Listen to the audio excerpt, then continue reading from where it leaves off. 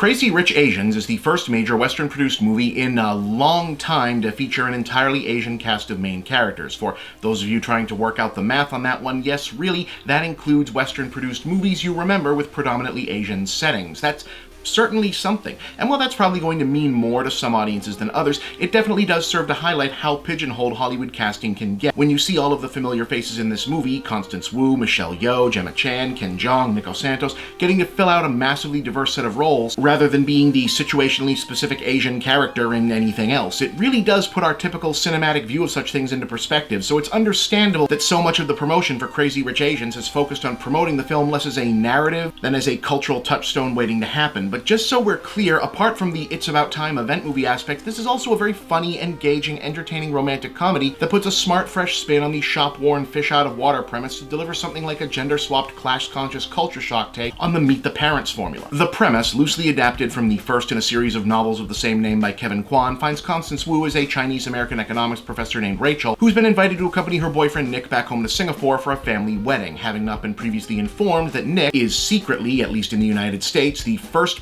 son and heir to a family of unfathomably ultra-wealthy industrialists whose social circle encompasses both the dynastically all-powerful old money and wildly splurging cash-flush new money of East Asia's capitalist elite, making her an instant who the hell is this woman's celebrity, as Nick is considered one of the Asian world's most eligible bachelors, painting a target on her head for nearly every other much wealthier, much more glamorous, much more vicious woman she's about to come into contact with, and also Michelle Yeoh's Eleanor, Nick's mother, who rules the family with an iron will and immediately mistrusts her for reasons that would be plot spoilers. If you're thinking I've heard this one before and I know where it's going, you probably do and have. Even Rachel at one point complained she feels like she's been dropped unwittingly into a soap opera where she's playing the villain, but as is usually the case in romantic comedies like this, the point is being different in the between spaces. You already know going in that there's going to be a big party to introduce all the characters, that there will be a trying on outfits montage, a big crazy comedy party, two important characters sneaking away from the big crazy comedy party to talk about what really matters, supporting characters with more serious dramatic subplots, a red herring super happy stretch that turns sad, a scene where Rachel gets over on Eleanor in a way that only her specific skill set would allow, a wedding scene where everyone gasps because of some aesthetically appropriate design decision, fights, makeups, dramatic speeches.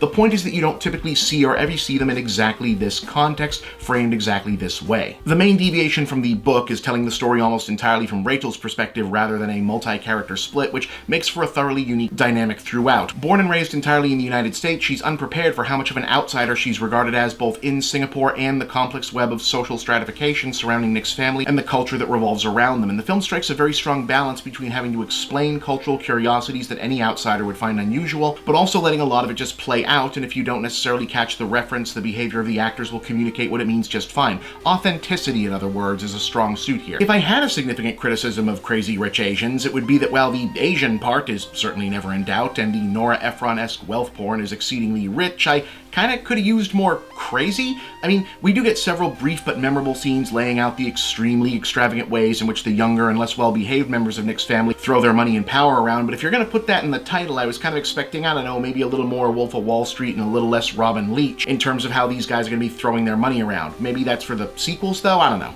It's also kind of unfortunate that Nick himself isn't really much of a character. The actor, Henry Golding, is fine in the role, and I get that we're doing a gender reversal thing where this time it's Rachel who gets to be the interesting, developed person, and the guy is just a good-looking cipher who's there to be fought over and made a trophy of by the plot, fine. But it'd be nice if there was ultimately more going on with him than rich but kind of self-conscious about it. Then again, him not being interesting leaves room for a more dramatically loaded mirror couple side story built around his cousin, played by Gemma Chan and Pierre Ping, that definitely works, even if it kind of feels like they're visiting from a different, more interesting movie towards the end. Besides, the movie is about Constance Wu and Michelle Yeoh staring each other down, and that's the interplay that needs to work, and it most assuredly does work. Yeoh has been a huge international star for decades now, and that she can turn a relatively minimal dialogue turn in what could have been a stock mother-in-law-to-be from hell role into a winningly complex characterization is a real testament as to why. Though if the film does have a secret weapon, it's all the outright comedy business built around Nico Santos and especially Awkwafina as Rachel's best friend and de facto tour guide. She was also a big bright spot in Ocean's 8, and she brings excessively funny here, real interesting energy to her.